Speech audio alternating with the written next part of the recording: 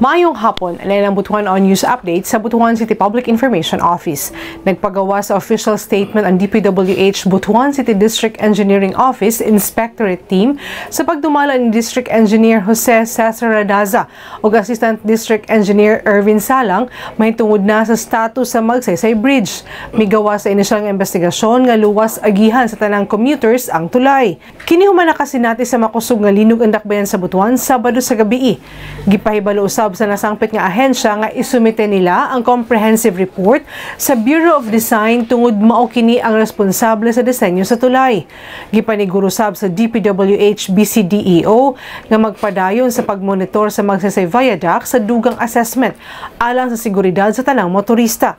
Gihangyo usab ni D.E. Radaza ang katawhang Butuanon nga mahimong kalmado tungod gihimo sab sa buhatan ang ilang trabaho sa paglantaw sa mga pasilidad ug ubang establisamento aron masigurong luwas ang tanan nga mogamit niini.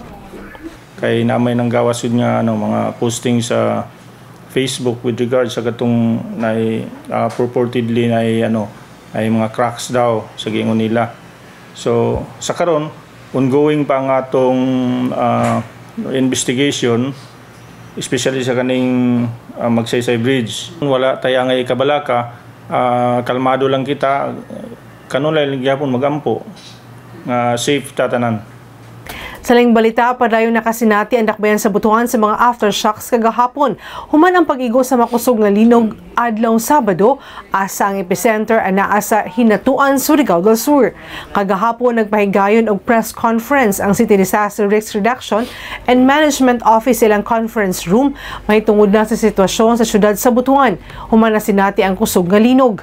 Gibutyag sa CDRRMO nga dunay mga buildings, malls, tunghaan ug mga balay na kaangkon og mga damyos tungod sa naitabong linog. Padayon karon ang monitoring sa CDRRMO sa tibuok syudad sa pakigtambayayong sa mga barangay aron ma-monitor ang sitwasyon labi na sa mga high-risk barangays.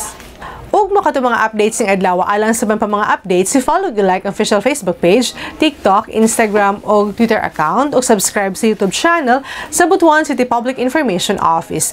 19 days na lang, Pasko na. Ako si Charmaine Awitan, daghang salamat.